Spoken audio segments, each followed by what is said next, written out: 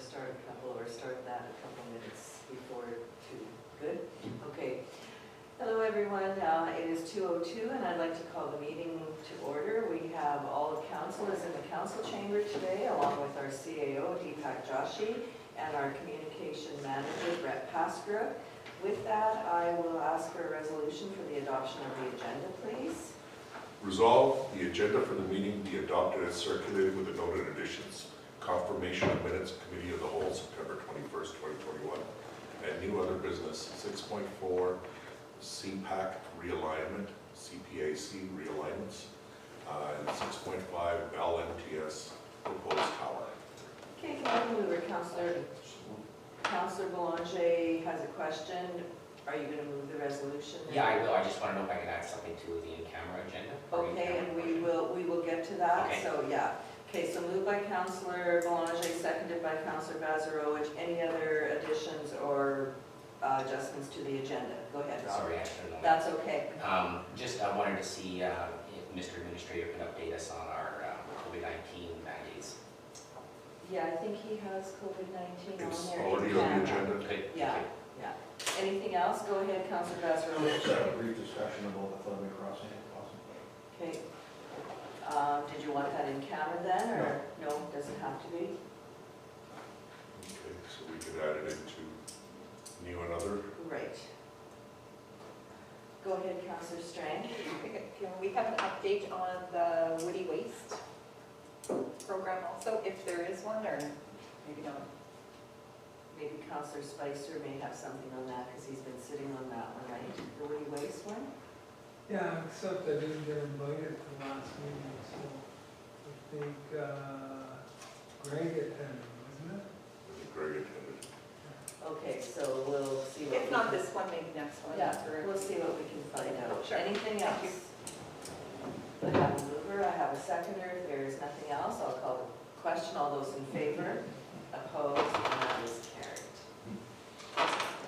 Okay, the next item is number 3 on our agenda, and that is confirmation of the minutes. And we have 2 sets of minutes from our regular meeting on September the 14th and the Committee of the Whole on September the 21st. So if I could have the resolution, please. Resolve the minutes of September 14th, 2021, regular meeting of council, and September 21st, 2021, Committee of the Whole be adopted as presented. Can I have a mover, please? Councillor Strang, second. Councillor Spicer, discussion, corrections, changes? Hearing and seeing none, I'll call the question. All those in favor? Opposed? Carried. We have no delegations this afternoon, so we will move on to number 6, new and other business. And the first item on our agenda is, there are actually a couple of requests here from Public Works, and the first one is the replacement claw for the 100 blower for the East Selkirk Lagoon. So Deepak, if you could walk us through that one, please. Thank you, Madam Mayor. What occurred here is the pneumatic blowers, which supply air and secondary treatment in the East Selkirk wastewater treatment lagoon, failed. The reason of the fail was that there was some frozen lines due to an issue occurring in the distribution lines. But we do have 2 of them, so we're able to continue to function. The blower was sent away to be serviced, and it was estimated that the cost would be somewhere around $5,000. After receiving, we received information back from our suppliers, and it was getting very difficult to find parts or get any kind of a replacement on it. Our administrator in the area did some further investigations into it and discovered that the cost for the replacement would be significantly higher, as well as it was easier to buy a new one and be able to use the existing one as for future parts, because that's what's been the difficulty in getting it, which would also give us a 12-month warranty on the new product. There is sufficient budget in the account to be able to deal with this within existing budgets. So the request is, the recommendation is that we purchase the new unit at $10,000 and $685, $10,685. And then we would add on the shipping of $800 to receive back the old blower so that we can use it for parts in the future. Considering a refurbishment is near $8,500, it doesn't make very much sense to go with a refurbished with no warranty and no guarantee that it may not fail again. And so the recommendation is that council approve the recommendation to purchase a new unit for a sum of $10,685 plus $800 for shipping and applicable taxes. And that it is also recommended that we pay for the return shipping of the failed unit and be kept for potential use of parts. Okay. Councillor Boulanger, Councillor Spicer, Councillor Sutherland, did you have your hand up too? No? Okay, go ahead, Councillor Boulanger. Who's installing it? Is there a price for that as well, or is that? I think our own staff are installing Okay. it. So it was the unit itself that had to be replaced. Okay. Go ahead, Councillor Spicer.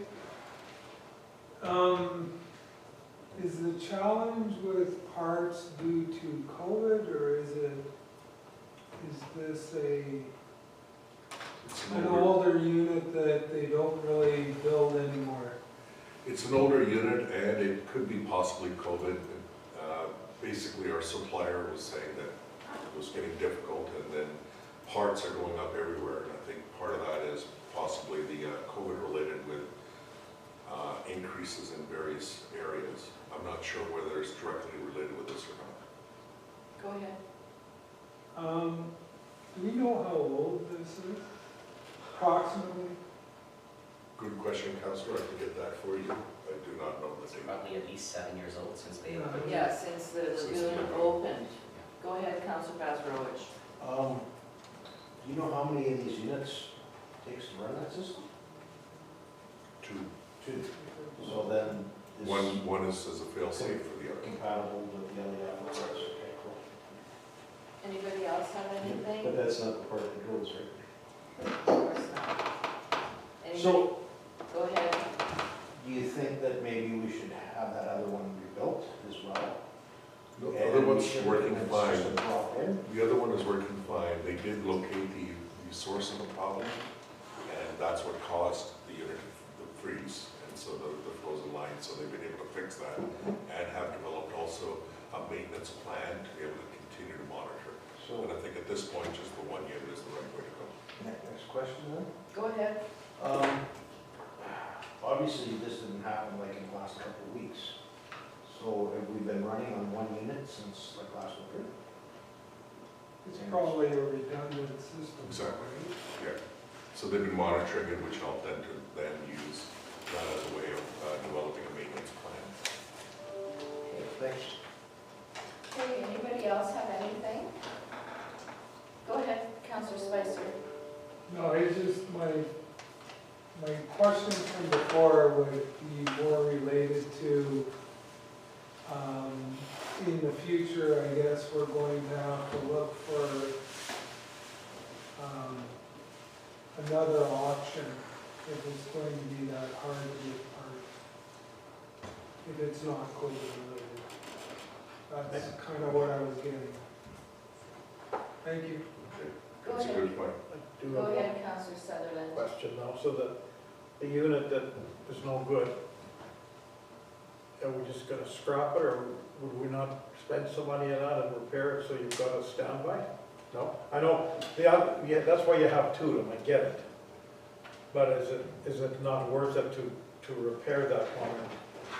The recommendation was not to repair the existing one, but to bring it back so that it has parts that would be useful for the other existing unit. Just for And parts? then we would have a new one, which is already on warranty.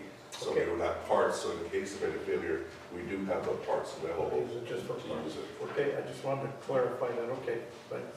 Okay, anybody else have anything? If we could have a resolution then, please. Be it resolved, council accept the recommendations of the Water and Waste Coordinator authorizing the CEO to proceed with the purchase of the Almo right shell CBLR 100 blower for the sum of $11,485 plus applicable taxes from Skeens as a way, as well as pay for the return shipping for the failed unit to be kept for potential use as parts. Can I have a mover, please? Councillor Horbis, Councillor Vazzarowicz, seconds. Any questions? Hearing and seeing none, I'll call the question. All those in favor? Opposed? And that is carried. 6.2, brusher for mini excavator purchase, and if you could walk us through that one, please, Deepak. Thank you, Madam Mayor. This was identified in our 2021 budget, and this is replacing the existing brusher that has basically worn out. It was identified as part of our capital program, and it was costing too much in repairs on a maintenance schedule. And so they went out and solicited several suppliers, but only 2 replied back. The 2 quotes were from Toromont, and then the other one was a Bobcat from Duron. The difference between them is that one's a 33-inch and the other is a 36-inch. The cheaper one is the 33-inch and fits better with the organization, so they can keep it in test for transportation purposes and others. And so the recommendation is to proceed with the purchase of the Toromont Cat. Now, it is slightly over budget, but there's enough savings in the budget right now that we can, the budget was for $25,000 and it's slightly over by a few $100. Questions, comments from anyone?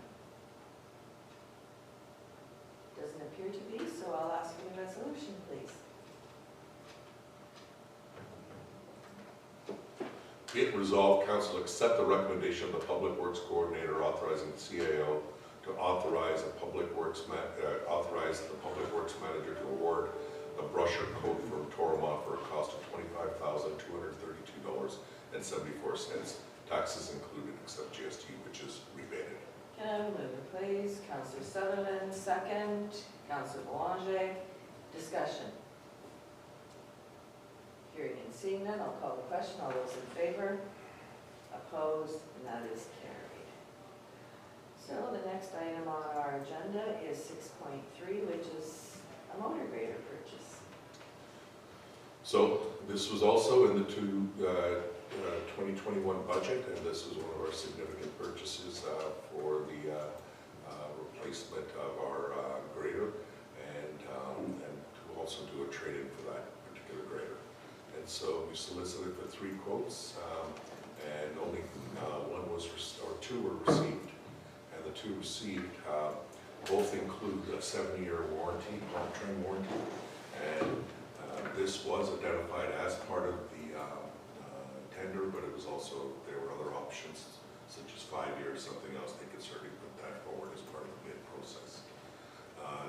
The prices that came forward is the Toromont, taking into consideration the trade-in value, is the lowest price at $294,800, so it is within budget. And so as all the prices were reviewed by Trevor, our Public Works Coordinator, and there were some other warranty options that were listed, such as the 5-year, 7,000 hour. On the options, there were also 2 years of powertrain, but we gained the hydraulics and an extra cost for $9,000 or $900. And the Toromont was, the brand, for the Toromont and the brand was for $8,900. This would make the bid a little closer to the Toromont, but the Toromont was still a little lower. Then there was the 5-year, 7,000 comprehensive warranty offered by Brad, which was offered at $17,800, and Toromont offered the 7-year for $22,000. We had a budget of $320,000 to include PST, therefore, as listed, this is within budget, and adding any change to the warranty would make the purchase slightly over budget. We reviewed the matter and considered that the breakdowns, when the breakdowns have occurred, and most of the breakdowns have occurred usually after the warranty period, all passed and including full comprehensive warranty. So, but we still like the idea of warranty on large ticket items for the powertrain, therefore we concluded not to add and also remain within budget. The Public Works Manager is recommending the purchase of the Toromont at a net cost after trade-in of $294,800 plus taxes, which includes a 7-year powertrain warranty.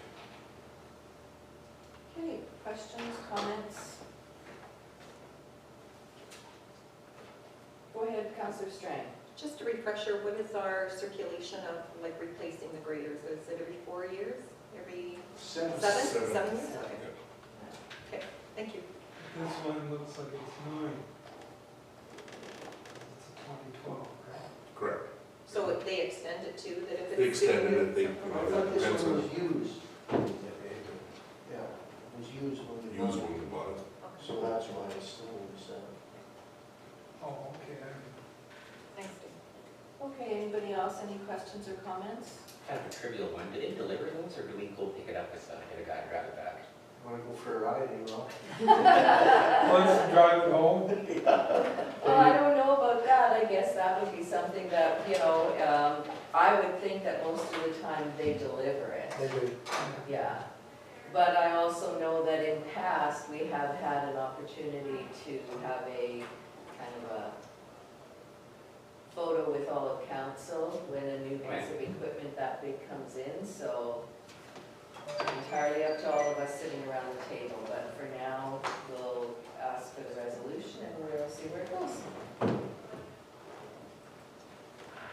Be it resolved, council accept the recommendation of the Public Works Manager authorizing the CAO to authorize the Public Works Manager to award the motor grader quote to Toromont for net cost after trade-in of $294,800 plus taxes and includes 7-year, 7,000-hour powertrain warranty. Can I have a mover, please? Councillor Spicer, Councillor Bazar seconds, discussion. Hearing and seeing none, I'll call the question. All those in favor? Opposed? And that is carried.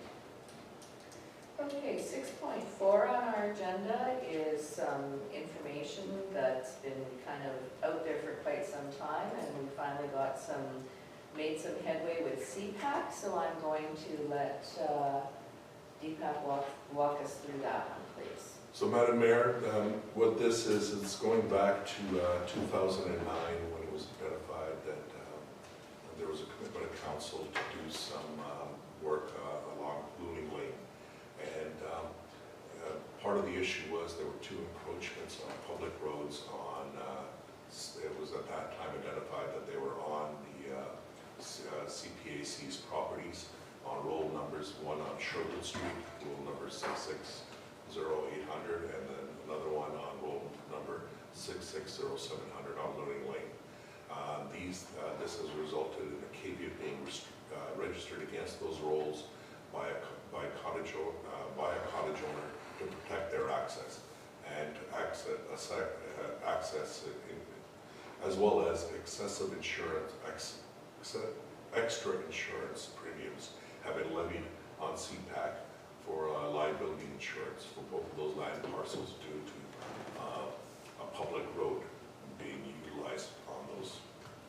And a second issue has been that some of the CPAC's recreational assets, example of tennis courts, are split between the 2 titles, and I'll be able to show you some of that stuff on the map. And the CPAC has requested that the boundaries be realigned to make sure that they stay within the use that they're being utilized as, and then we would do an adjustment of the others as a realignment of those lines so that they would become part of the RM. So this has been going on since 2009. There's been considerable discussions back and forth. Lands have been expropriated for future road development, which hasn't occurred as of yet, and this encroachment continues to be a long-standing issue.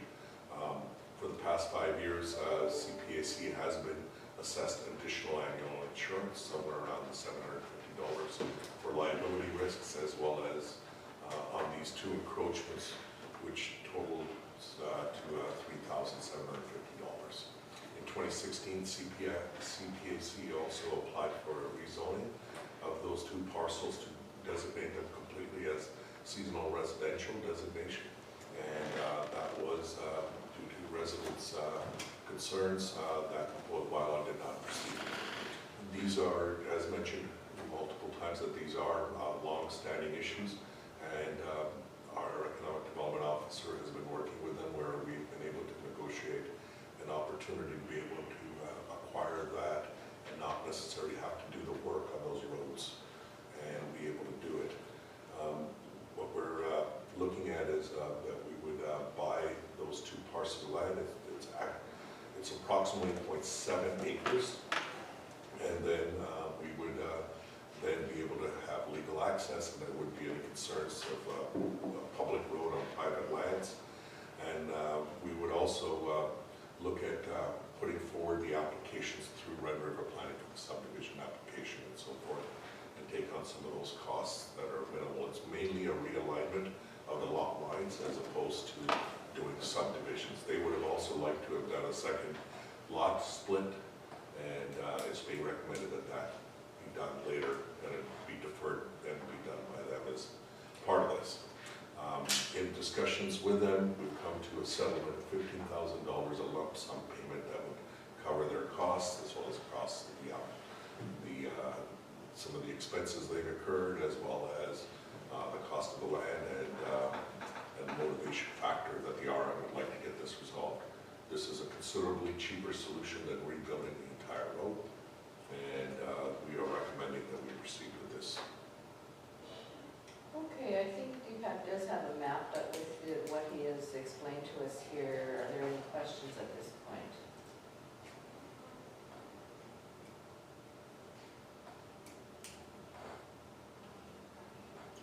No, I think this horse is pretty much dead. Go ahead, Councillor Spicer. So we've got enough land here if we need to do drainage alongside these Yes. roads. Good, thank you. Yeah, if we're going to be doing, I think most of the work that we'll be doing is mainly just grading that we'd be doing on these roads, and I think if we were to do any major drainage works, we would be probably now realigning the roads properly. Thank you. Anybody else have any questions or comments? Go ahead, Councillor. Is this a named road? Is this Both of them.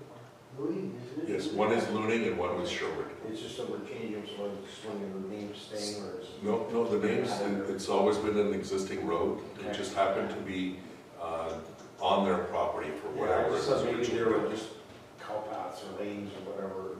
Yeah, basically, Yeah, are they? one- But they have a name, so it's gravel. Yes, one is, yeah, it's a gravel road. This one is Sherwood and this one is Looning.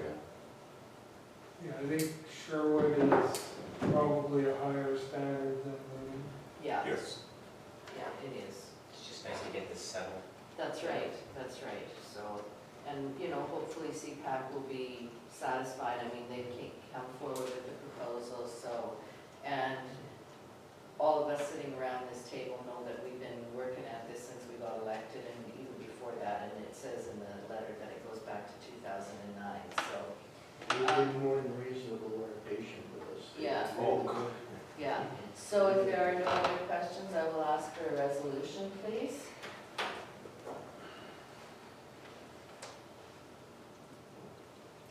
Be it resolved, the administration proceed with the survey work to enable CPAC to apply for 2 road alignments, and that the boundary of roll 6600800 also be moved to add the balance of the recreational assets to this parcel.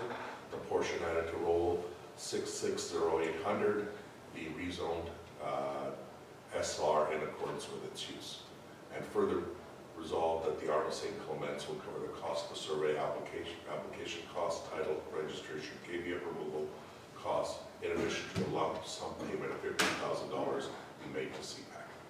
And move it, please, Councillor Horvis, second, Councillor Sutherland. Discussion.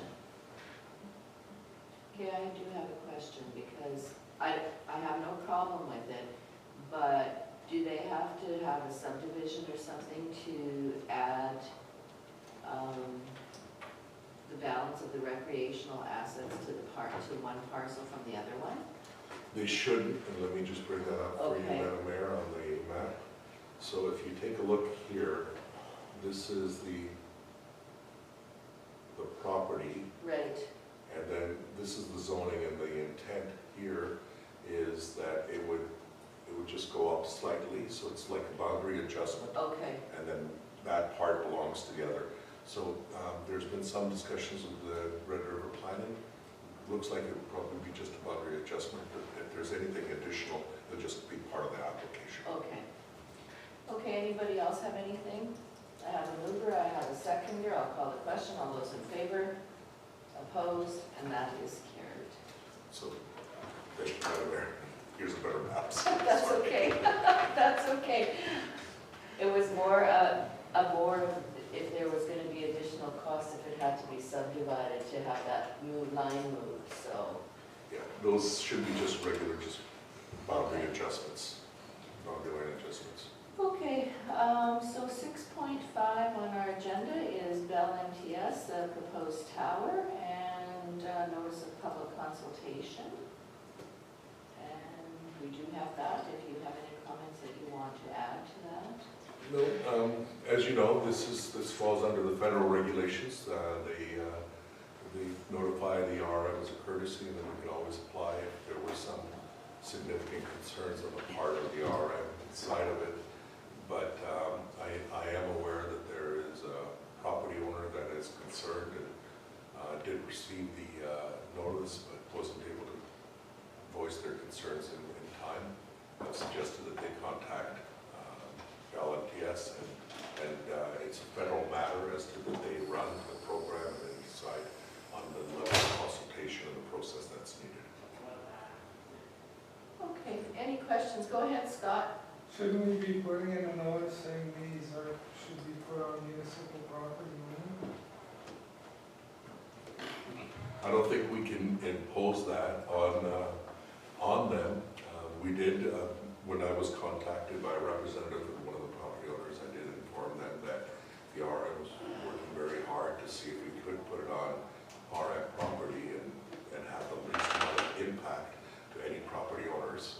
And unfortunately, the final decision sits with the cell tower company, whichever company is putting up that cell tower, and they chose not to take on the liability of being near our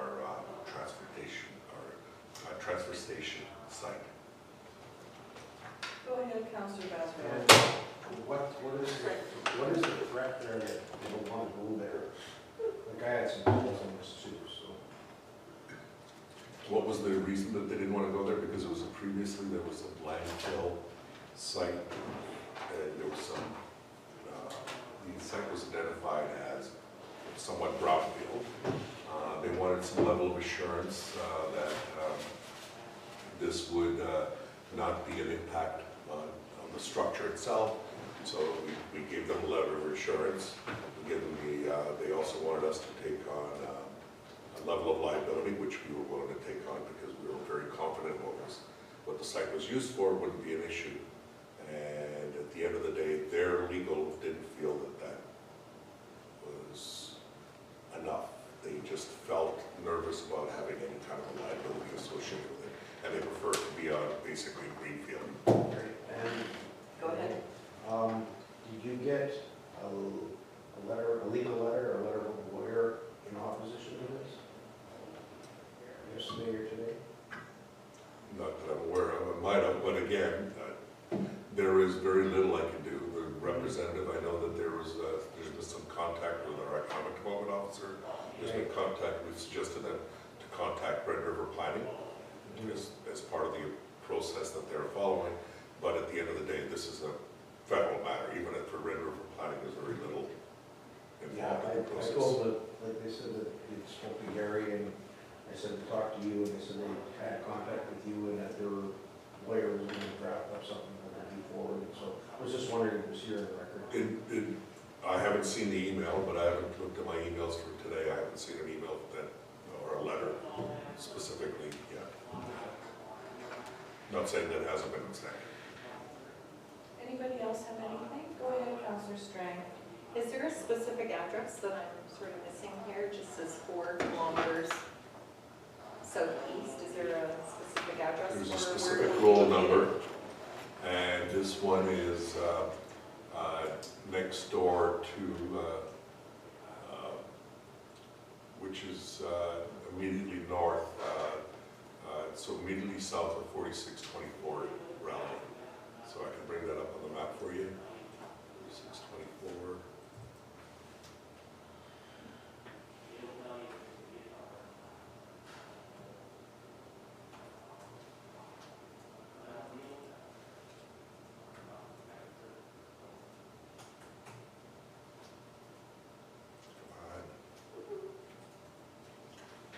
Problem is I've lost my map. Oh, your GIS mapping? Yeah, we had a power outage. Yeah, so did we. I think most of the village was out. Were you out too, Councillor Sutherland? Looks like I'm still, hang on 1 second.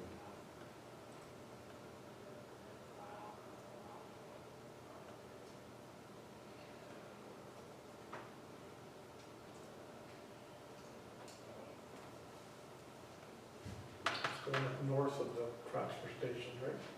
Somewhere? North of the transfer station. yeah. Yes. So Red River Planning approves it. Municipality has to approve it too, or no? Not really. Not really. No. We don't really have much say in it whatsoever. It's all under a federal process. CRTC, I believe. Yeah. Is it Canisius place? Not that it matters. I don't know if Right. it is or not. It kind of looked, when I was looking at the map before, somewhere where he's located.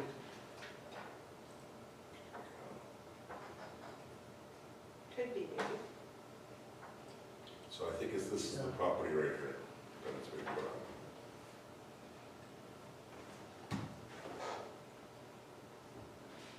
Yeah, just north. So it doesn't even look like there's any Oh, there's no buildings on that. That's that piece of land that's in between there. Yeah, I think that's probably what they like. I think they're putting it at the front, and it's close to the location. From what I understand, some concerns about how close that will be, and then there's all this information in the media about 5G and cancer and all these other concerns, and some people are a little bit more apprehensive of having 5G towers there. So I think that might be part of it. I'm not sure. You can see where our transfer station was, and And that would have been the perfect spot, like just away from, everyone. Yeah. and giving distance, you know, that people wouldn't have to. Yeah, because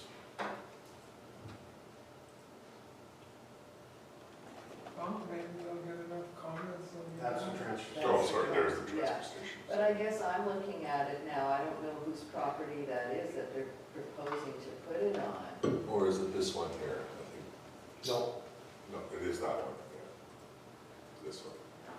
So are they purchasing the whole thing then? they're renting. Probably paying them It'll be at least- $1,200 a month.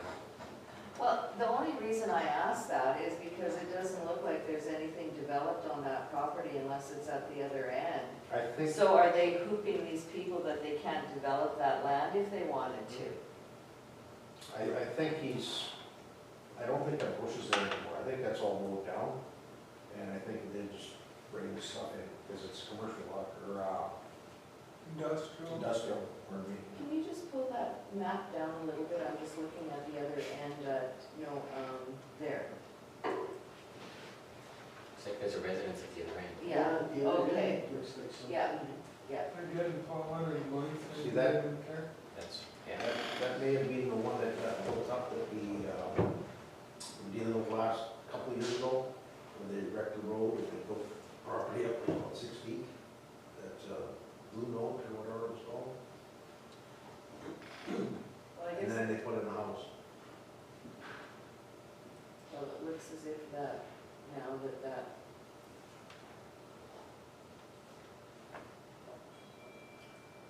47,100, let's just verify for sure. what is it right there, 47,100. So that's where it's being built, and tell you what, if you like, I can do a search on Google Maps. No, that's fine, because I think the property is built on the other end, and I'm, now, where was the cutoff? So, I think it's, looked like it was halfway. Yeah, So there's nothing we can do, that's unfortunate, eh?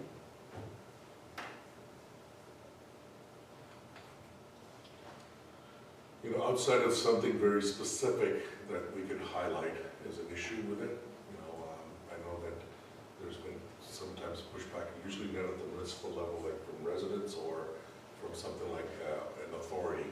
So at St. Andrews, I know there was a pushback many years ago where the tower was too close, and that's why they were looking at this, because they needed to be a certain distance away from the St. Andrews Airport, so they couldn't go. That was one of their main reasons why they wouldn't connect at the fire hall, at the narrow fire hall, because we thought, because they had a certain area that they're trying to fill as a gap in the cell network. And so, if I yeah, there's a spot there that you go through if you're on a phone call that drops, both this side of the river and And the other side. So I get the impression, you mentioned Blue Creek, That's it. so you can see it's already cleared up and it's commercial, being used already. So that's a more recent up-to-date picture. So it's right here, somewhere. Okay, yeah, that's that newer building, one of the Over newer here. ones. Okay, but we don't need to, there's no resolution or anything? No, that is it was just for required, information. It was for information? Okay. So now we'll move on to number 7, which is our finances. So closed list of accounts. Please. So resolve council approve the September 28th, 2021 list of accounts, check numbers 21002157 to 21002291 in the amount of $545,416 or $545,416.41. Can I have a mover, please? Councillor Sutherland, second Councillor Belanger. Questions, comments? Hearing and seeing none, I will call the question. All those in favor? Opposed? And that is carried. And we have our August 31st financial statement. Was there anything you wanted to comment on that one, Mr. Administrator, or we're good for now? I did want to comment a few items on that one there. And just give me a minute, I'll find my notes on it. Just wanted to highlight that there are some changes and we are monitoring, because as I committed that I would do some further analysis as to where we sit on our budget process. And some of the financial statements have been done here. I wanted to highlight that as part of the, we should be at somewhere around 66% for this time of the year, and we're not in most cases. And so there's various reasons. The ones I'd like to highlight is there are some expenses in the fire department. We're at 78% there, and that's mainly due to the increase in fires that we had. So that's only for the first half of it. So we should, with the fire department, it should have been, fire wages should have been just within 50%, because we do 2 checks per year. And we're at 78% because we had such an increase in expenses related to fighting the fires throughout the summer this year in the dry season. We'll be monitoring and seeing what the impact of that is.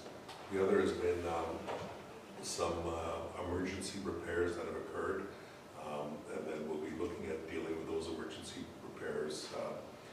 These were related to the heater and the door repairs in East Selkirk, as well as certain issues related with 3-phase electric that was added to the narrow fire hall, and I think that might be related with capital that we have to verify whether it was operating with capital, and that might have been just due to some of those things. There was also a purchase of equipment, IT equipment, whether that needs to be changed.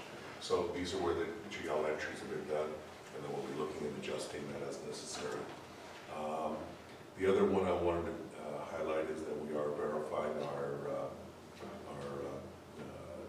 insurance related with the public works yards, and see whether these increases are going up. That seems to be a significant part there. Things such as the Fuller Road is still pending, but I am very happy to report that I think we're at the final resolution, and I'm anticipating that we had a meeting with the province of Manitoba, ourselves and their engineers, and the owner's engineers, and I think we have a solution that we're going to be able to move forward on. I can fill you in later on that. We still have some outstanding amounts of things such as like the DFA for the Ludwig that just haven't received until some completion. And along with that, I want to highlight that we do have some areas related with it. You'll notice a sort of a significant increase in the environmental grants related with the Gull Lake. And that was the Zebra Mold program, but that was related with when we did the adjustment, as well as they were able to draw more from those because it's coming right out of the special lot levy. And so they were able to, they drew some more because they bought an extra sprayer this year and some things. Everything's within budget, it's not significant dollars, but just wanted to, you know, when you see a large number change like that, you want to know what was going on. But they were made aware of that they can't spend that money on things that they were spending it on before. They were made. That's been made very clear, like, and they've given us a very good breakdown. There's been very good cooperation, meeting, working with them, and the information that they've been giving us back. Great. So that they can distinguish which are expenses related with special lot levy and which are expenses related with running their board. And they've completely been able to separate them. They had all the paperwork and documentation to support it, so it's gone over very smoothly. So they know now if they get grants or they get money that satisfies their funding there or how they're running their thing, that we won't have to pay them that amount. We only pay up to, like we were paying a certain amount before, right? And we didn't have to because of that, the way that formula was working out. They had excess money is where I'm getting at. Yes, I did explain to them that the 25% contribution from the RM is based on expenses, and they understood that very clearly. They said they were going to take it to the board. I haven't heard back whether there's been any pushback from them. They were going to have a discussion at their AGM to let everyone know. I'll follow up on that, but to date there hasn't been. And they clearly understood what council was getting at. That, you know, if you're getting grants from other places, as well as the special lot levy, then the backfill was only going to be to a certain amount. Well, but before they were wanting it all. Well, they saw it as part of the whole Yeah. thing, and we had, if you recall, we had worked out exactly Yeah. what would be considered, and that's exactly what was presented to them. So they're okay with it. So far, I haven't heard anything. Okay. Go ahead, Councillor Spicer. But we are locked into that until that bylaw is complete, correct? Correct. Which is, I think in 2 more years. It wasn't very long, yeah. and then after that, we shouldn't need to do that. Well, and that's the question, and I think that's a question they're also looking at to deal with their own residents. You know, to see how much is sitting in the bank or sitting with the RM, holding in trust for them, and whether they can extend the program for an additional 1 or 2 years, or do they want to start up the program with a lesser levy? Those are the things that they'd have to talk to the residents if they want to continue on in the future. It's good in a way that they have a nest egg in case something happens. I agree, and I think it's very good that now that we're giving them the level of financial support, that their own financial people are feeling very comfortable in providing the information. And I think it's going to be a very smooth transition for next year for dealing with this. And we know exactly where the funds sit now, which was kind of not out there in the past. Okay, anything else with the financial statement? don't believe I had a mover or a seconder, so if we can do that, we'll adopt those if there's nothing else that we need to discuss. Okay. Go ahead. Resolve the August 31st, 2021 financial statements be adopted as presented. Can I have a mover, please? Councillor Spicer, Councillor Horwath, seconds, discussion. Hearing and seeing none, I'll call the question. All those in favor? Opposed? Carried. Okay, 7.3 are grants, and I see we have one grant on our agenda today, and Yes, we do. And the grant is from the Red River North Tourism Initiative, and it's a request for $8,000. They did provide us a very detailed 21 budget, as well as some of the financial information that was requested. And this is related with the policy of grants for grants and memberships of non-reporting entities. And it meets within the policy, and it's being recommended that the $8,000 be approved as requested through the grant budget. okay, questions, comments? Go ahead, Councillor Horwath. So this is St. Clements, St. Andrews, and Selkirk? Yes. Selkirk's getting $8,000? All three, same amount. Supposed to be. Go ahead, Yeah, Councillor Strang. they are all giving, and Selkirk actually gives an extra 5,000 on top. So you see some of the events, which I don't agree with, some of the events at Selkirk, but they're paying for it, but they have their own little events also just for the city of Selkirk. That doesn't include the two municipalities that Red River North will promote too. But yes, they do pay an extra on top of their 8,000. Okay, can I have the resolution then, please? Resolve council approve the following 2021 requested grant budget for Red River North Tourism for 2021 for $8,000. Mover, please. Councillor Sutherland, second. Councillor Horwath, discussion. Go ahead, Councillor Strang. I'll just let you know I'm on that board, and I will let them know what our expectations are also for our municipality. Okay, thank you for that. Got a mover, got a seconder, call the question, all in favor, opposed, and that is carried. Down to number 7.4, which is an animal control fine to be added to the taxes. Thank you, Madam Mayor. You may recall this was an issue with a dog at large that ended up killing a cat on the residences. There were two dogs at large, one was born, and so there were expenses related with that and fines that were levied as part of the process. The owners had given indication that they would pay those fines. To date, they have not received them, so the recommendation is to put these fines onto the taxes. Okay, any questions? Go ahead, Councillor Belanger. Oh, sorry, go ahead, Councillor Sutherland, Councillor Belanger. Yeah, that was the $250 fine they received. So they were supposed to pay the vet bills. Is that the other people, so their onus is on them to receive the money from them? Correct. We have nothing to do with that. No, because it was a civil matter that they would take care of, and I think there was some indication that they would do that. There was some level of agreement that they said here. It would have been only the expenses that the RM incurred. Yeah, okay. Okay, so the vet bills is more of a direct.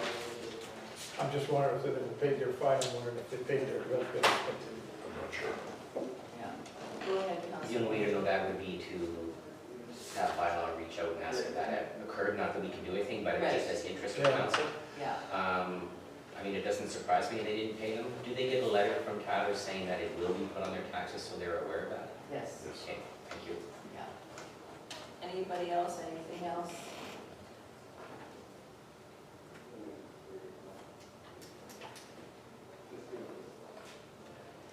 Okay, if you want to just read the resolution for us, and we'll get this one off of the table.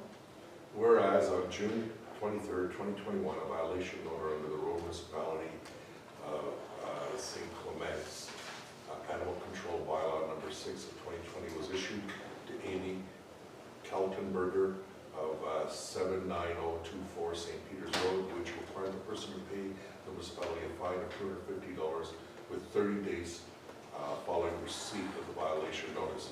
And whereas the 30-day period has expired on September 3rd, 2021, and the person has not paid the fine. And whereas the municipality is authorized pursuant to subsection 236 of the Municipal Act and subsection 17(5) of the municipality's general enforcement bylaw to collect the unpaid fine in the same manner as the tax may be collected or enforced under the Municipal Act. Therefore, be it resolved, the Council of the Royal Municipality of St. Clements by resolution hereby confirms that Amy Kaltenberger did violate section 41C and 41G of the Animal Control Bylaw 6 of 2020, as more particular set out of the violation notice dated August 5th, 2021, confirms that the fine of $250 as set out in the violation notice was not paid by Amy Kaltenberger to the municipality on or prior to September 3rd, 2021 as required.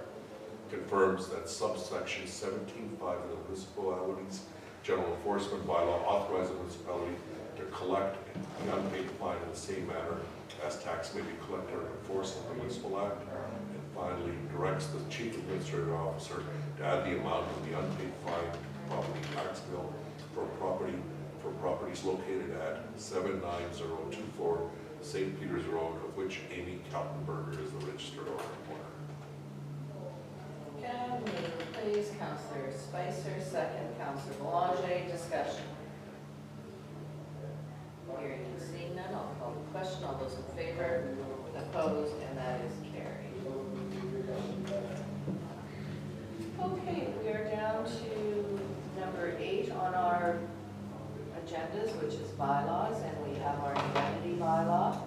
I know when we spoke about it at our committee meeting, there was lots of different, I guess, opinions around the table, and I did notice that DPAC also has it in camera, so I believe that we will leave this for now, and we'll discuss it in camera, and if it's going to proceed with first reading, we will come back to it once we finish our in-camera discussions.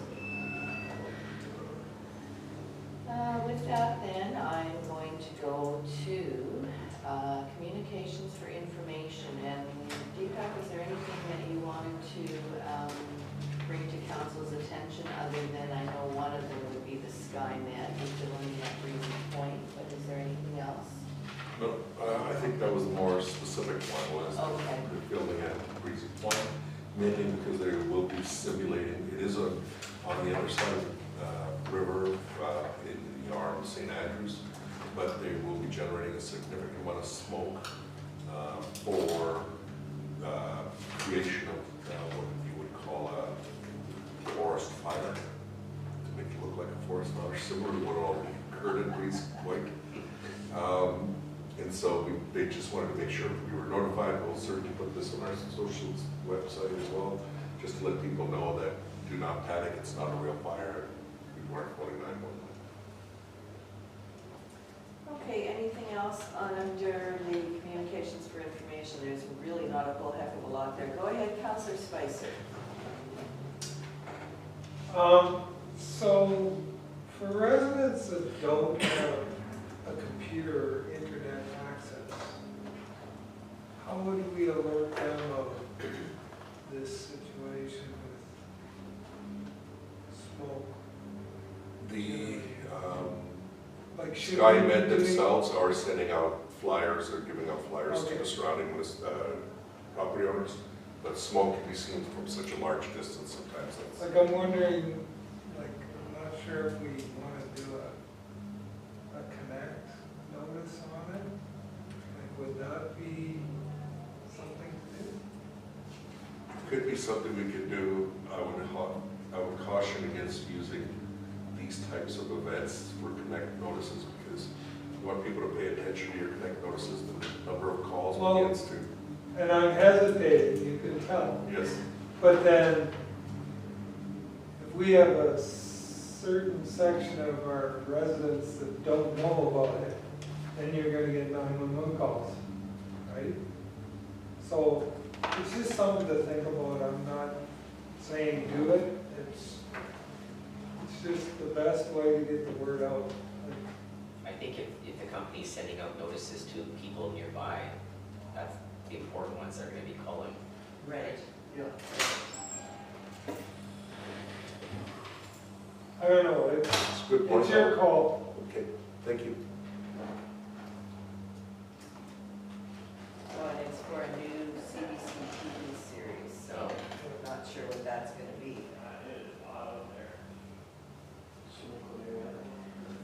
Sky? Well, I guess, I mean, to me, depending on where it is, it says, you know, at Breezy Point, are there any residences across the river that would be in close proximity to it? To where they're actually doing the Not shoot? really. Probably not. Is not all cabins in there? On the side? No, that's St. Andrews. Breezy Point, are we talking Breezy Point on the St. Andrews side? Yeah. Exactly. And if you recall, on the South Comet side, it's already worked. It's already abandoned. Yeah, yeah, so, We've done control burn. yeah. Okay, so that's for information, so hopefully we won't get any calls on that one, so. And there's really not anything else there, and that takes us down to number 10, which is our committee reports. So I will start today with Councillor Sutherland. Oh, thank you for that.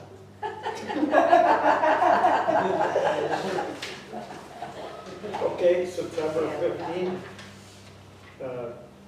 Councilor Horbus and myself attended the GMCC meeting. There was some discussion about the trail relocation, which we are all familiar with that. Just some up to date here, the chiropractic services are going to continue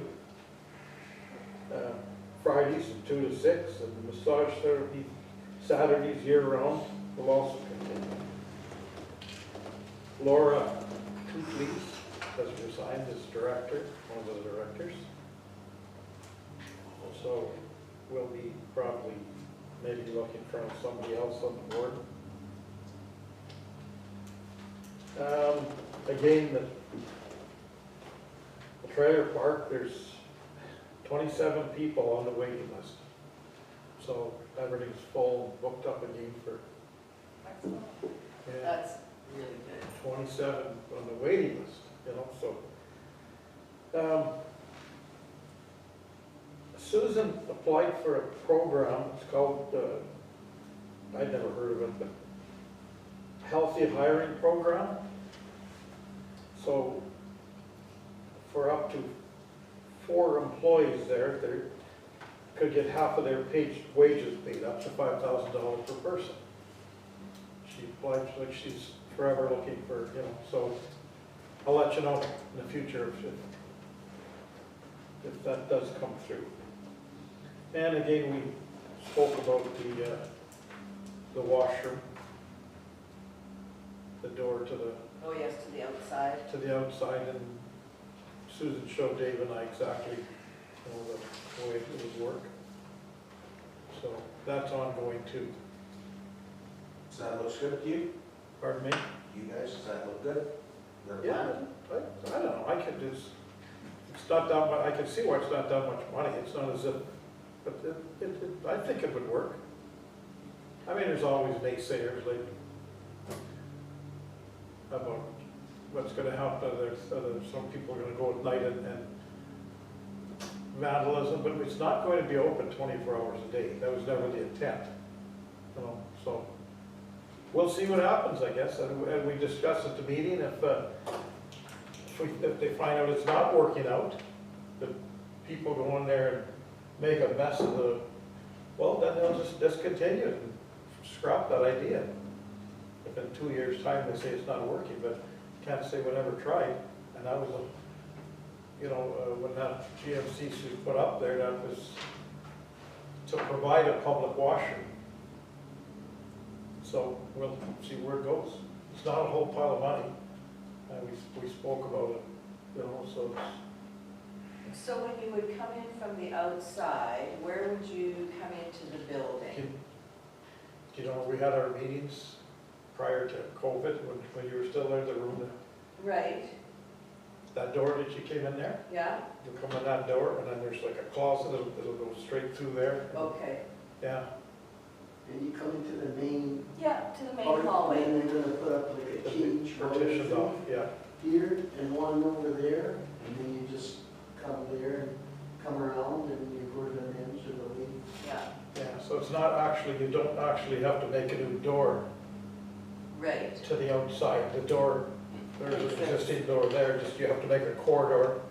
That's why So, it's, so this cage that you're talking about, is that something that gets folded up during Yeah. the day? that's right, Okay. that's right. Just like the one they have there Yeah, now. that goes across. Yeah. Well, that kind of makes some sense. Yeah. I mean, yeah, like things can happen, kids can go in, it happens, it just happens, right? Yeah.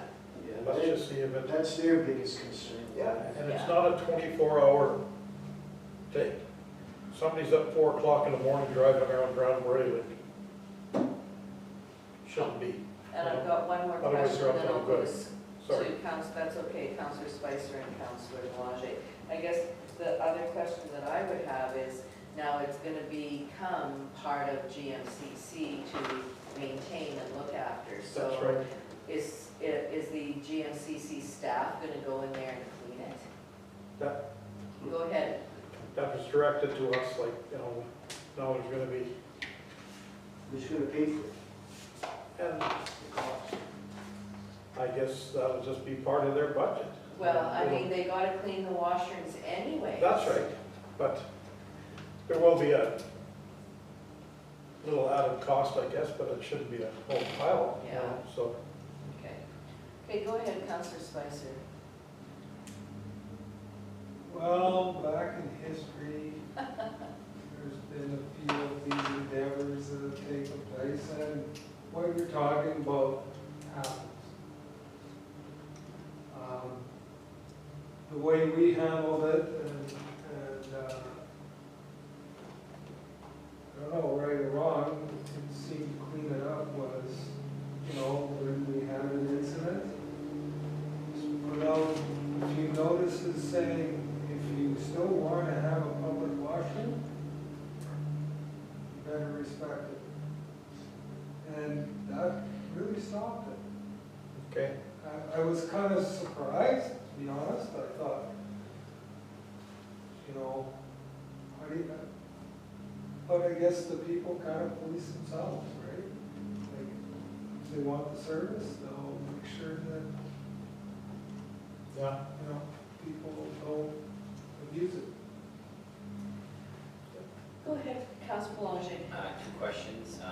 Who is going to be responsible to go there and unlock it and lock it at certain times? Is there a time frame? Is there between this time and this time, somebody runs over it, unlocks? You'd be on a timer, I think. The door will open, at a certain time, the door will just, Or you I can think so. I Okay. think you can do that with locks. You can, I'm not sure whether they're utilizing timers or not. 8 to 8, I think they I- said. exactly. Yeah. They were talking 8 to 8 o'clock in the summer. And I don't think they're offering it for the winter. Well, I think they were offering I it for the believe it is. Okay, because I'm not last sure. discussion. But I don't know if those hours would be offered in the winter. Yeah, and so in the summer, you may want to consider requesting them to be a little longer, considering 8 o'clock at night is still very bright out. Yeah. I can see at night that, you want to get them closed. So summer hours, we may request it a little bit longer because people are milling about in the summer a little bit longer just because of the daylight. Second question I had was, sorry, They'll have to iron out, we don't have the answers to that, because that really hasn't come up as to what, it's just not a 24-hour thing. And as far as the doors, like either an automatic or else you may have to, one of the employees, that are closest one, or whatever they decide, maybe Susan, yeah, they'll have to go there and open it. And I don't know, that hasn't really, like the locks is one thing, but there's nothing for sure, definite right now exactly how that's gonna work. Before you go, I'm just gonna say, like, opening might not be so bad. It depends what time the GMCC building opens. If it opens at 8 o'clock or 9 o'clock in the morning, that might be good enough for the whole thing. It's the closing that could become a bit of more of an issue, so. Go ahead, Rob. My other comment was, which is pretty good proactive measures, is you could put signage up there saying that there's closed circuit monitors monitoring it, even though you don't. Right. Yeah, So that could be one of two, that can bite you in the, sometimes, because if an incident does happen and they say, oh, well, just review your cameras, then you kind of go, well, we don't have cameras, that's just it can go both ways. It can be proactive if somebody wants to do something nefarious, they'll see the sign and go, holy crap, there's cameras. And They do have that though already, because they have it because of the, what's that club there? The fitness club. Fitness club, they have that already there. Okay. So when you come in that door, that camera takes your picture, Oh, so they know if anybody's gonna screw anything up there Okay, at that's the wonderful. fitness thing. Okay. They have, yeah, they have it already. Good, Good. Yeah. thank you. Okay, that's good then. Okay. okay, September 16th, Selkirk Weed Board, been too long of a meeting, but anyway, the rates will be going up for all municipalities, 5%. That's just a given. The 30-hour work week that they tried was successful. It worked out. The crew just working 30. Part of that was because it was, they lost a few contracts, like the Selkirk generating station, they lost that. And because of the drier season, less to cut. So the 30-hour, I don't know if they're gonna go back to that next year, I guess, they'll decide. Quick question. Go ahead, Councillor Spicer. So did highways ever come back for contracts? Because they were talking about doing that. Because they went out on their own and they had problems and they were gonna go back to the lead boards. They were given some grass cutting, but not, they didn't regain everything back. Highways, they're cutting back at everything, so, yeah. Okay, thanks. And September 21st was our committee of the whole meeting, which we were all there, so. And that is it, thank you That very is much. it for you? Okay, thank you for that. Go ahead, Councillor Strang. Okay, September 15th, had Red River Planning. We had a hearing from our municipality, and it did get tabled till November. It's going to come back and it's going to get reviewed and come back with a new plan. Jennifer reported 25% increase in August for permits and 160% for commercial application increase. So they are very busy. There's a little bit of sad news that they're going to be losing 2 planners, one permanently and one going off on parental leave. So they're in the works right now of looking for more planners, planning board. Maybe Selkirk could pass over too. We'll take that back to the board.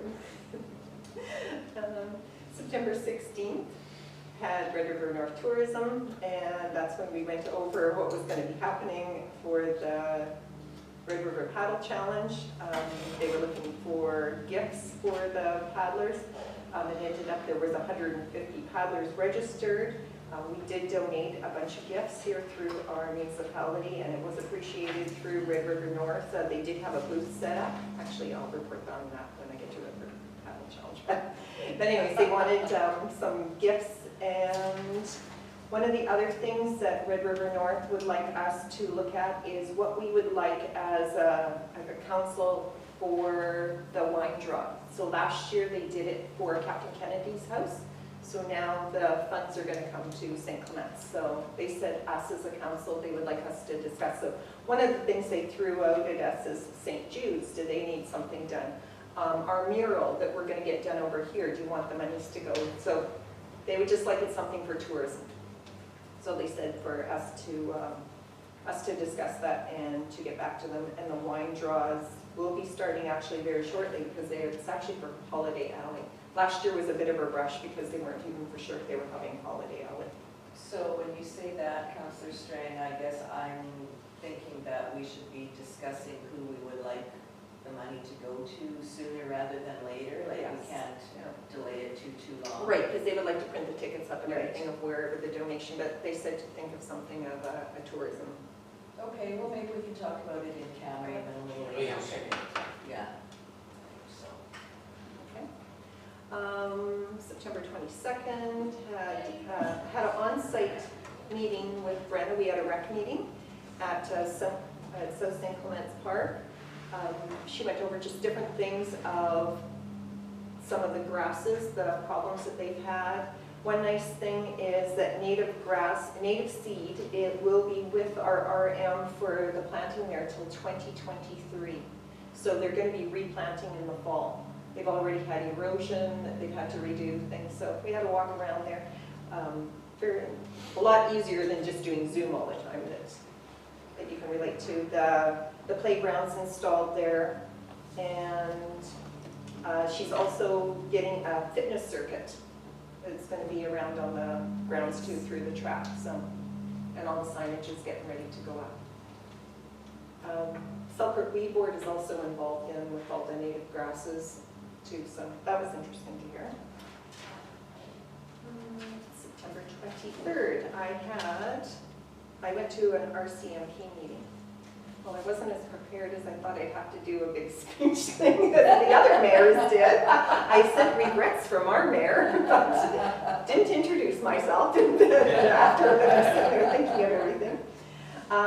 Did meet the new inspector, Daryl Dawson, and I did communicate with the mayor if there was anything that we could think of, that there was issues for our municipality, and at that time we couldn't come up with anything, so I did say to her that I was going to bring up, because I know we have discussed in council about doing Zoom, you know, how we had it. And hey, it was he agreed on it, thought it was a great idea. And then of course everybody else jumped on board when I thought, we're first. yeah, I think I mentioned that to me. We thought we had this really good idea, and Sandra brings it up and everybody dumps on it right away. So hopefully we'll get our Zoom meeting with our residents first, much, I guess we kind of talked about, much like we had at Corpus Christi Church before COVID hit. And I thought that was really great when we had it there, because we were going to have it in 3 different areas, in East Selkirk and at the beach. But maybe if we got all our residents on Zoom, and just to hear their concerns, know that we're, like, you know, concerned too with everything. I think with COVID too, that's made everybody back at home. Everybody's more aware of everything. People aren't just, you know, running in the door, running back out the door, going to kids' activities, running to work all the time. People are more at home, and they're seeing of what's going on in their neighborhoods. But anyways, yeah, he was very open to that. Just hang on a sec. Go ahead, Councillor Basil-Roach. Just because you're in the RCMP, I've been getting some concerns about RCMP are parked outside in Lockport and ticketing people coming across and crossing the double line into the store. And it's like, can we do anything about it? It's RCMP, I don't know. But yeah, that doesn't seem right. Like, they shouldn't be doing that, you know, like that's. It's because of construction. Yeah. That's right. You know. Yeah, it's because of construction and. I said I'd bring it up, but I said, I don't know if it's gonna go anywhere, but if you have any contact with them, it's the road, so just. Yeah, but the thing of it is, if they're crossing the double line and it's unsafe to do so, the RCMP has the. They said it wasn't that it was unsafe, like everything is in a snail's crawl right now. Oh, I know, It's not I know. moving, and like the one guy that got a ticket, he says, I want these 2 that just pulled in behind me, he says, well, I can only do one at a time. I guess my question would be, how else are you supposed to get across? Exactly. Across the solid line? Yeah. It's not as if you're touching somebody, No. you're just pointing to the, Yeah. Like, there's no traffic across that line, everybody's parked, and everydo's supposed to. Yeah, you're Leave supposed to, space there's in signage between. there to say, please leave gaps Yeah. to let the. And then they go in and ticket them. Like, doesn't make any sense. I'm not sure those double lines are solid the whole way though. I think one One you can turn and the other one you're not supposed to. Right. But I mean, I have a stall line in front of my house, I cross it every day. no, but Over the driveway. exactly what you're saying, like, there's people leaving room. Like, there's, Pretty tight. it's all timed. That's right. So there's a period of time that no one is coming. So there's your opportunity to go. I don't recall solid lines restricting you from crossing. Yeah. Solid lines are restricting you from passing. Right. Right. That's what I It's was. crossing to an Mosier, they have a diagonal parking. And, yeah, I've seen RCMP ticket people because they crossed, parked on the other side of the road. I think it's something that we could bring up.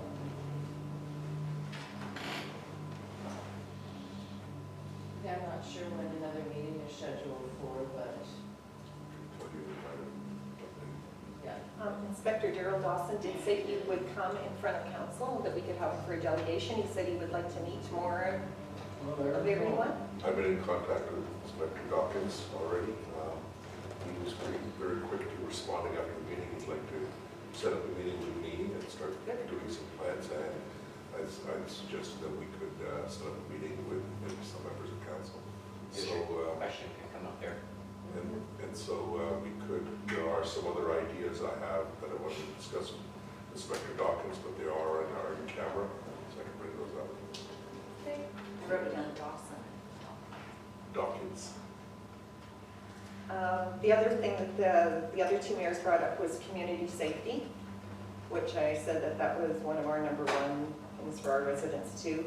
I also brought up about police presence, especially down in the south, that when they're traveling between the different divisions, that so they're not just taking Highway 202 or 59, so they are coming through the residential area.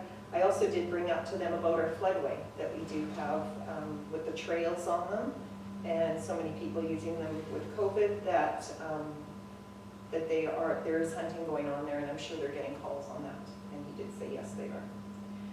The other thing I brought up also was to educate residents, and this is what I thought at our Zoom meeting, just to educate residents on what our bylaw looks after and what an RCMP officer looks after. So when they're going to be making a call, because I'm sure there's stuff that Tyler gets that's should be RCMP and vice versa. You mean your calls? One of the other municipalities brought up about grow operations, how they are booming in their municipalities. So they were just making them more aware of them. And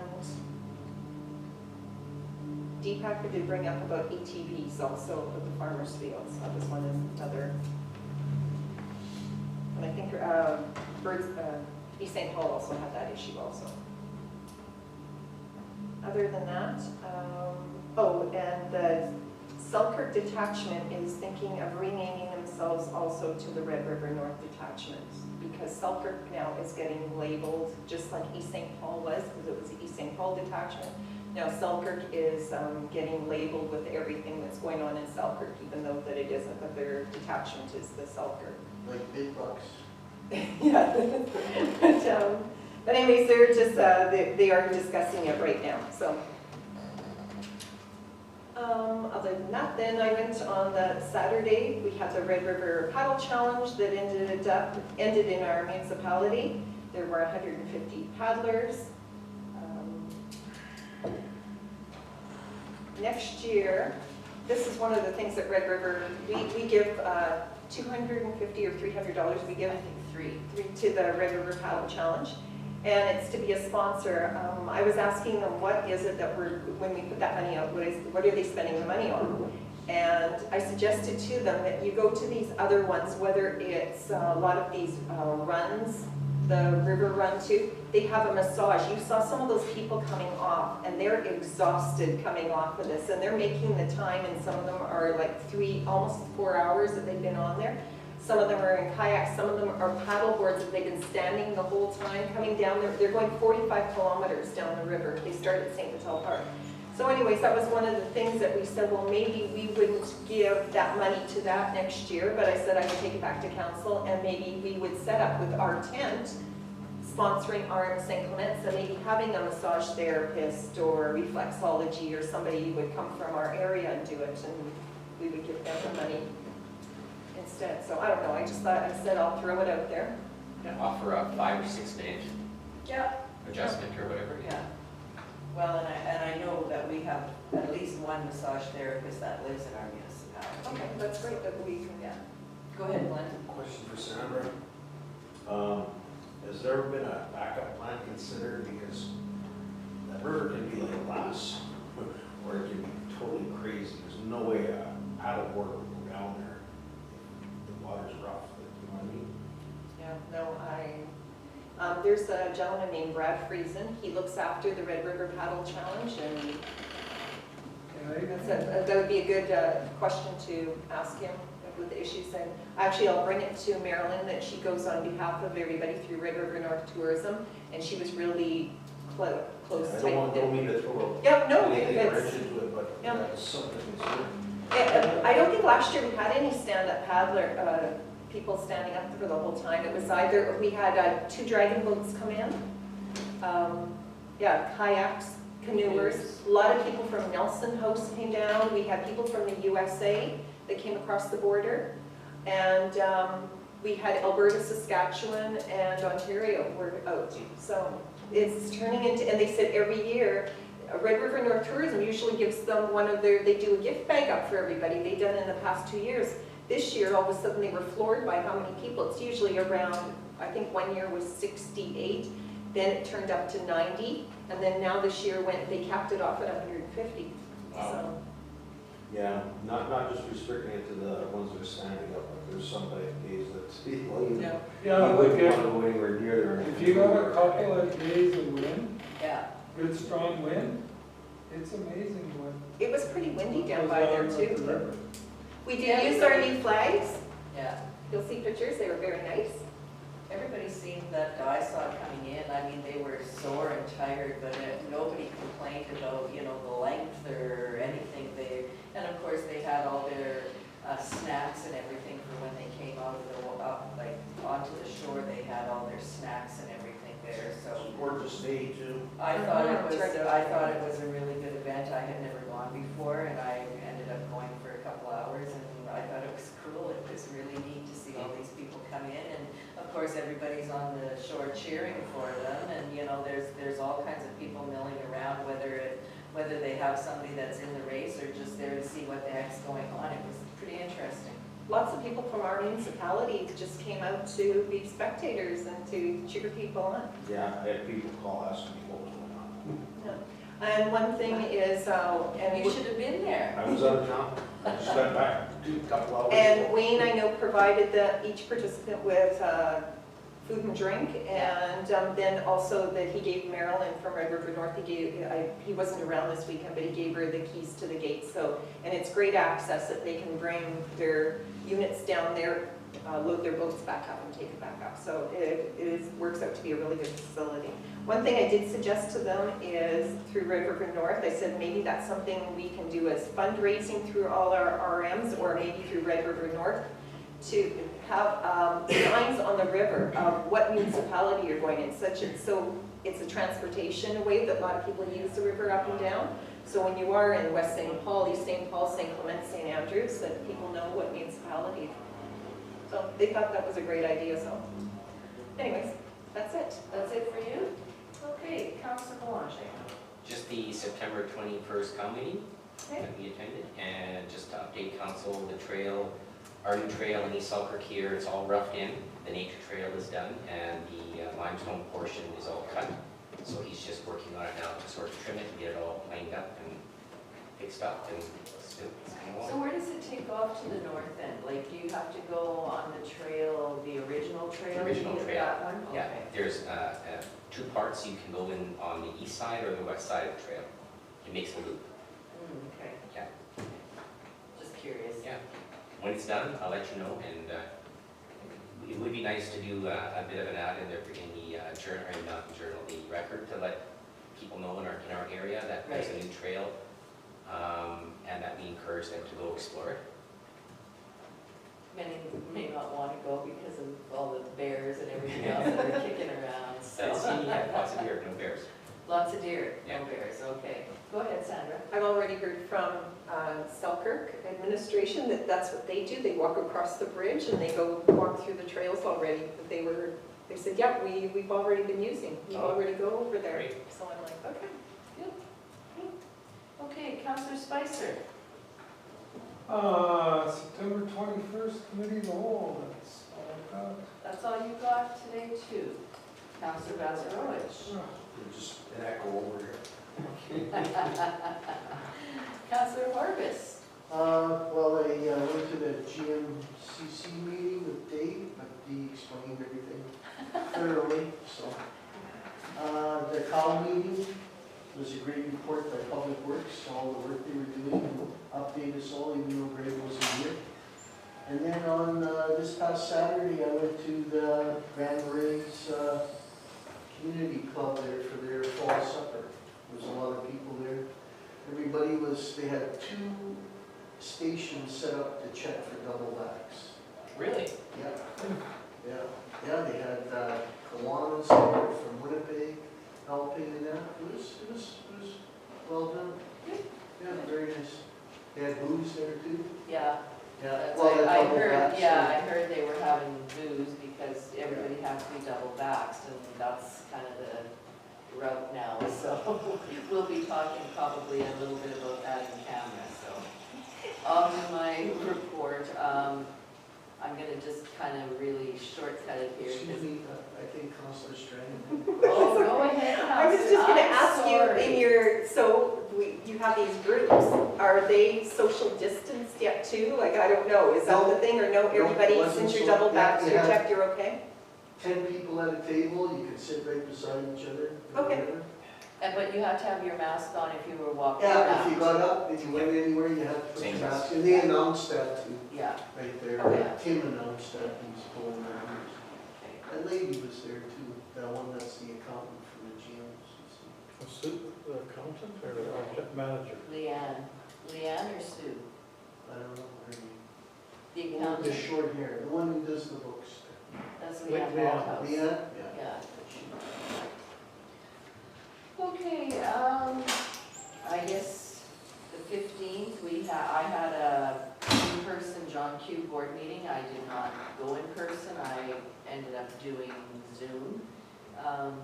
Went through our audited statement for the year ended March 31st, 21. And then we had an update on some of the projects that are going on, and the JQ Connect, we're not sure where that is at. It seems that there has been failure to the partnership, and the solicitor is working on that, and we have no end as yet. Is that the internet thing? Yeah, yeah. So, and the other thing that, I mean, we've had Valley Fiber come and present to us, as have a lot of the other municipalities. But what was mentioned is in some instances the way they leave the ground is not as it should be. It's not really tidied up as it should be, and yet when they showed us the pictures here, it all looked pretty good, so I'm not sure where that's going. There is a couple of other items here, and I've mentioned it before, that we had to send a do not, or sign a do not disclose, so I really can't speak to those. Hopefully in the next couple of months, I might be able to let everybody know what's going on, but at this point in time, I really can't. Colleen has done some presentations to help get some other things off the ground here for John Q Innovation. And the John Q webpage was lost, and they're not sure what happened. There could have been a breach. And so they're working on a claim, and the page is being rebuilt, so. And then, actually, Sandra reported on the RRPB meeting, but one thing I was gonna throw out there is I looked at all the single-family dwellings in our municipality for the month of August. We had 14 single-family dwelling unit building permits taken out in our municipality in August, so it's moving along. along pretty good. Then on, oh geez. Nothing else there. Nothing then till Monday, the 20th, I had a South Basin Mayors and Reeves meeting.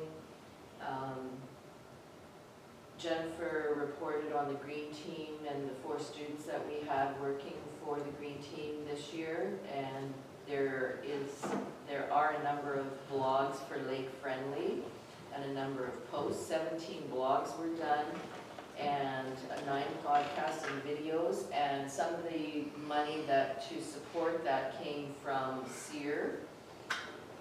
There's also been an upgrade to the Lake Friendly website, which they worked on. And I think I had reported a couple of months ago that Lake Friendly were kind of looking for a home. South Basin Mayors and Reeves are looking for a home for Lake Friendly. It doesn't seem that we're getting a lot of traction on it, so Colleen has been talking to a couple of other organizations, and it appears that SEER and RRBC are both interested in giving Lake Friendly a home, so she's gonna talk to everybody and see if we can, even the 3 of us work together to keep going with Lake Friendly and get people on board. There again, we did the financials for year ended 31st of March. The 21st we had our COW meeting, and then on the 24th I had a WMR meeting, which I had every intention of going to, and I ended up doing that one by Zoom also. We had we had the financials for year ended March 31st. We did have a presentation from Placemakers Inc. Envisioning Plan 2050, and what they're looking for is 18 unique places around the region.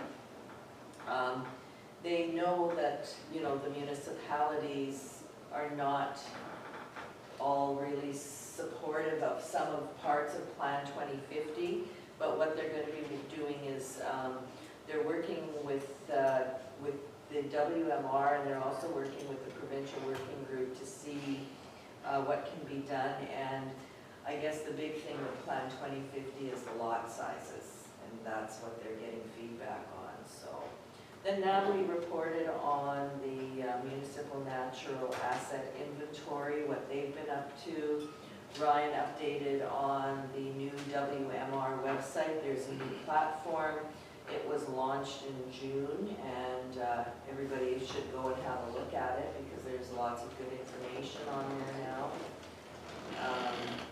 There was an update on the CIL meeting that's upcoming on the 8th of October, and I guess one of the things that's a bit of a concern now, because with election next year, over the last 4 or 5 years, we've worked very hard with the Collaborative Leadership Initiative to get everybody on board and keep that going. And now there's some concerns with changes in councils next year that it may not continue on. So our meeting on the 8th of October, we're going to try and talk about how we can keep it going and how we can educate our communities on what CLI is and why it was formed and so on and so forth. Go ahead, Rob.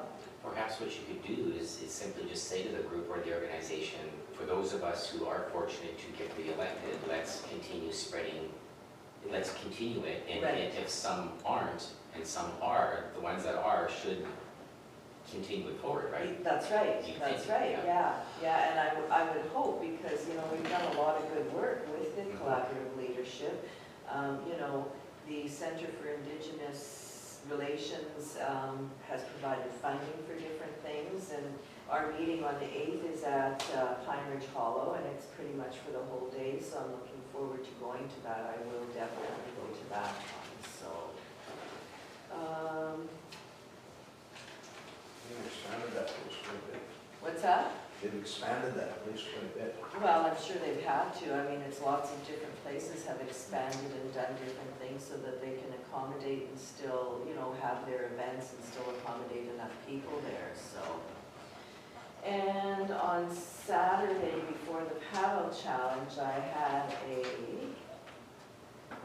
meeting with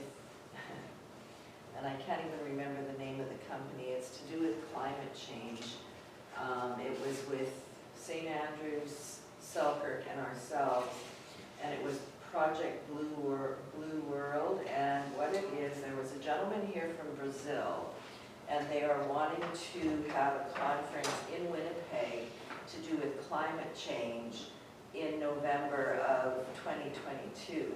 So we basically said, like, there was Larry, Joy, and I were there, and we said that, you know, it's all great and wonderful to plan, but we're just a very small part. Like, you should be meeting with the city of Winnipeg or the province if you want to bring this conference here. Because he said the conference could have as many as 196 countries participating, because it's all to do with climate change and those sorts of things.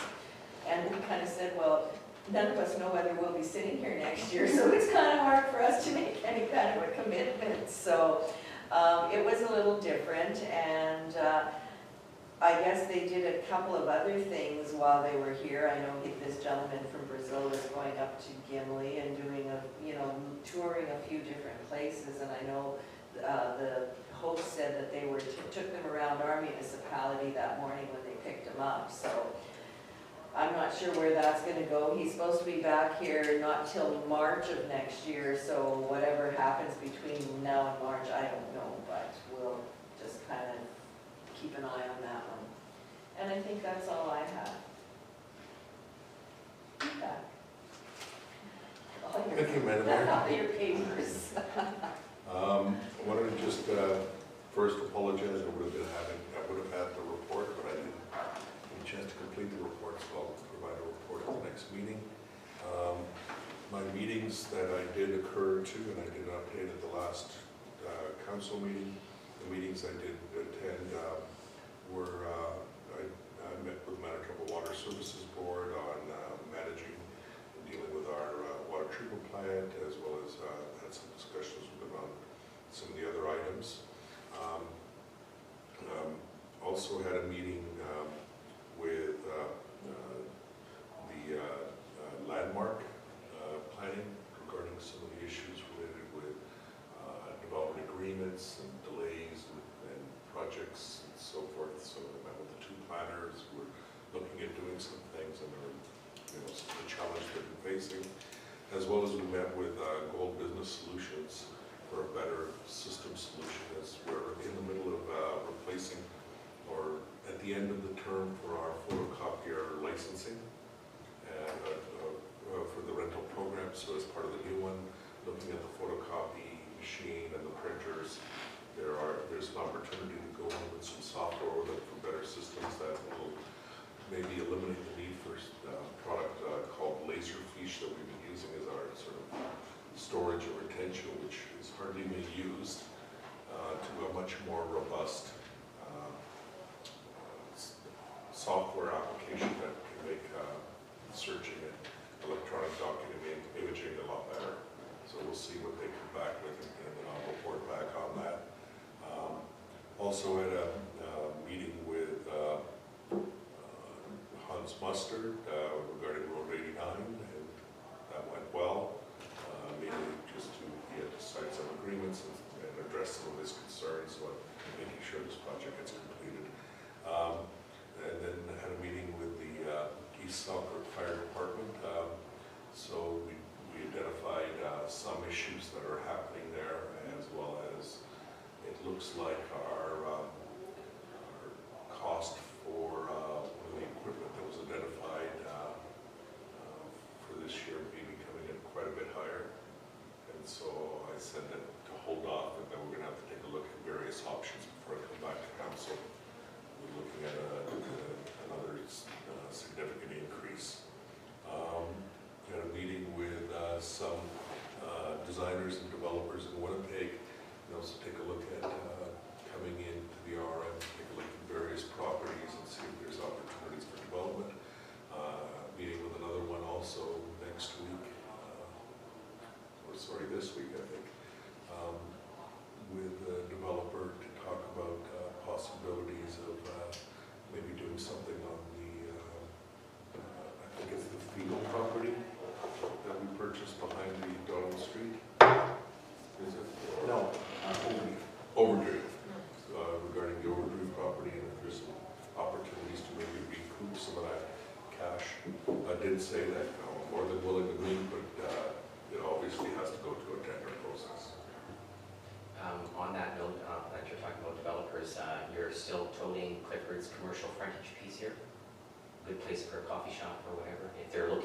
he's got that little Yes. front piece here. Yes, I have talked to them, and these are more the residential developers, Okay. and they are some commercial developers looking to inform them that this is where we have the full range of services, so there's some very interested in where the full range of services are.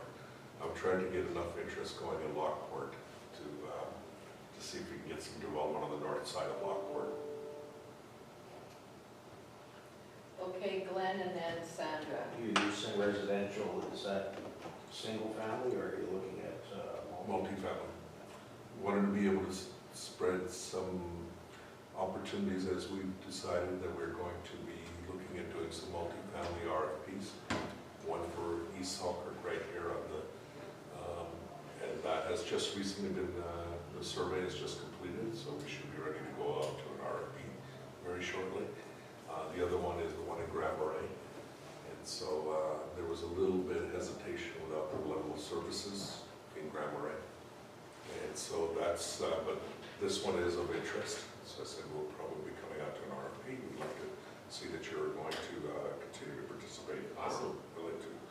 So, Sandra, I think had a question. You know what, I was just gonna ask about the property here, so you answered it, thank you. so in addition to that, I think one of the things that we're learning is one of the developers, one of the residential developers, probably one of the four biggest one in Winnipeg, said to me that you'd be surprised at how many people from Toronto.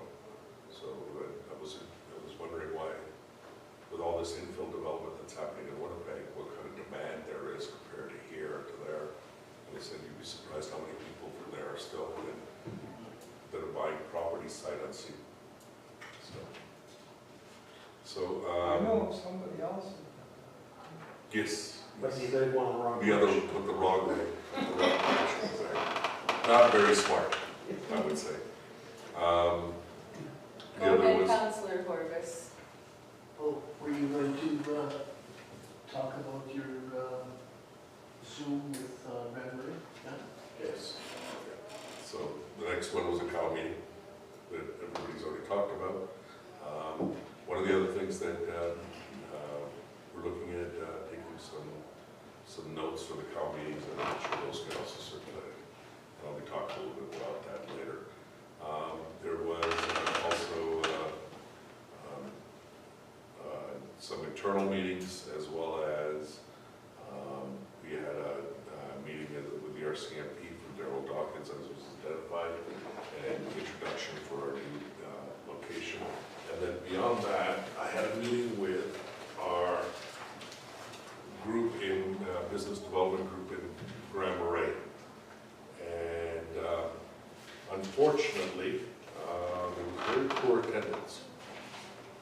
I'm not sure what, some of the complaints were that when the meeting was switched over from,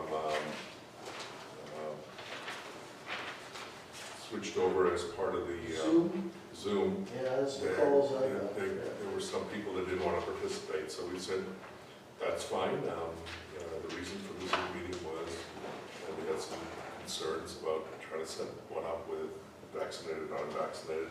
So there was some discussion to that, and the discussion on that was that we would continue with looking at having another meeting, but this time at the Grand Marais, and invite people to be able to participate that are fully vaccinated, and others can Zoom in that weren't fully vaccinated or not vaccinated at all. So it does allow for possibly in meetings, and this is that part, just trying to get a better handle on the provincial orders on what we can and what we can't do. So we're going to continue to look at that, and so we're looking at meeting again in October, and where I'll go down there and meet with them.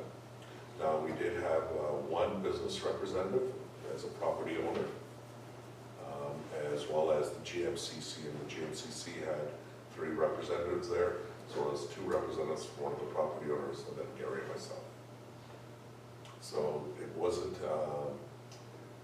as helpful in making sure, but at least it started, we explained the situation and what we're looking for as part of the biz zone. And I brought up several different things, talked about the destination study, why we did this, as well as we talked about several other things.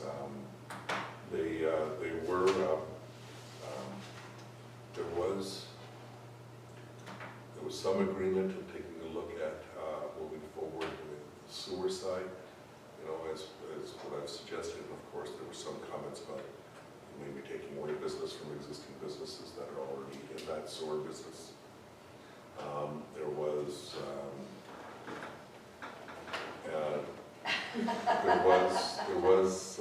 also some very good discussions about understanding what Grand Marais is about.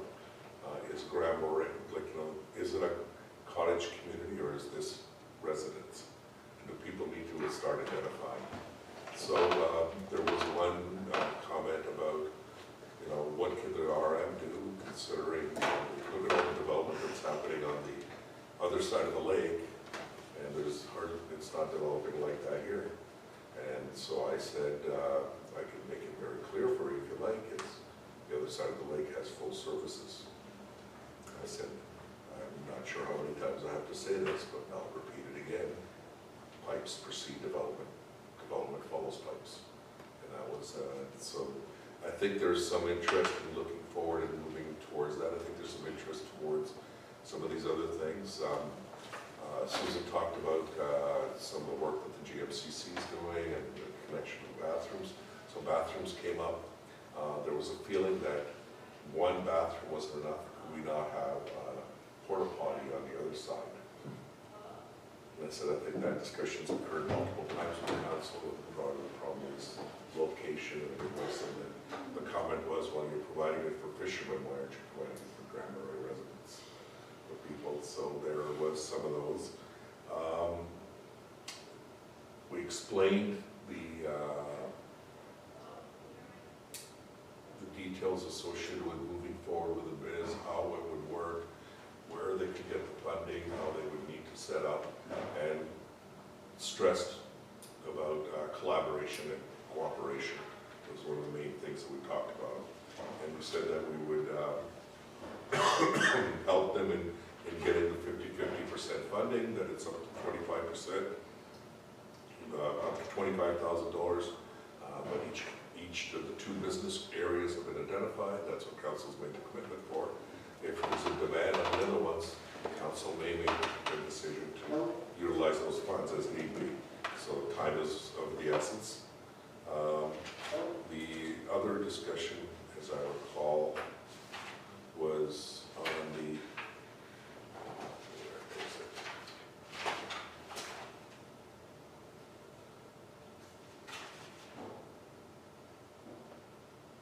was about the licensing and businesses within the area.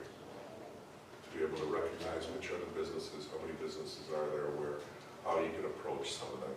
So the hope is our next meeting will be a little bit larger attendance with more property owners so that we can get better turnout. Property owners or business owners? Well, business owners that have property In, the Grand Marais as okay, within that zoning area. right. Councilor Belanger.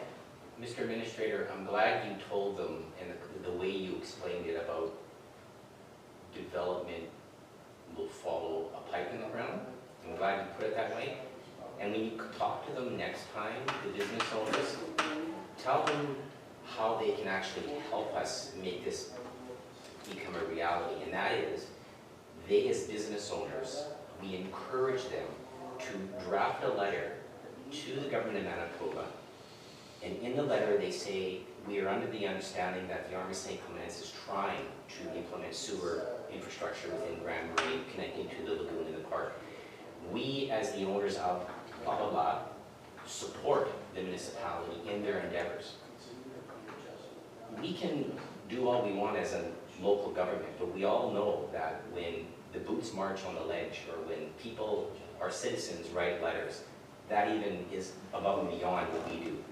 That's how they can help us. When those letters start going in, and our conversations start with Consultation or whoever it is, at least those letters will show that the community is in support of what we're doing. I mean, to me, I think that would go a long way. And if they're not willing to do that, then they can sit on their hands. But the comment that was made about the septage trucks, it is a complete moot point. It has nothing to do with the sewer pipe.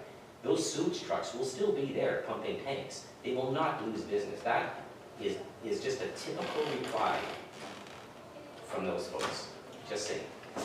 They were supportive, and I think it was putting things into context, so I don't want to leave you with a bad impression here. The comment was, do you think there's people interested? Some comments were, no, nobody would. But the comment specifically from one of the participants was, I think you'll get 50% want it, and 50% don't want to change. Yeah. And so, Yeah. but, some very good comments from very specific individuals that I've identified that were about how we can turn this into a community and to recognize it as a community. If you want to be seen, you need to be, focusing as a community. I think there was a clear understanding that we need to attract more business, not compete for the same clients. Progress is hard, especially when you're going from nothing, from a small community, to take that next step. Yeah. It's always very hard. It is for a lot, especially you have older people there, and they're set in their ways and all that. It's all this new stuff, so it's a fight, but it's something that has to happen. It happened here in East Salt. Okay, anything else for yourself? No, Madam Mayor, I think that's it. Okay. Brett, do you have anything you would like to share with us today? No, I don't. Thank you. Okay.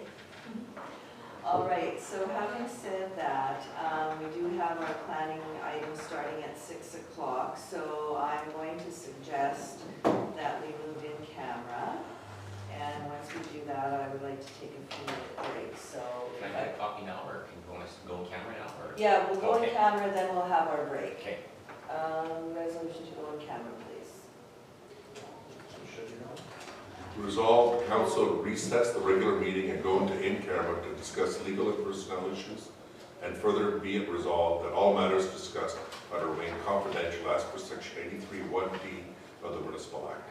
Can I have a mover, please? Councillor Bazarowicz, Councillor Strang seconds, discussion. Hearing and seeing none, I'll call the question. All those in favor? Opposed? Carried. Okay, Brett, if you could stop the recording, please. Just give Brett a couple of minutes and then we'll have a bit of a break.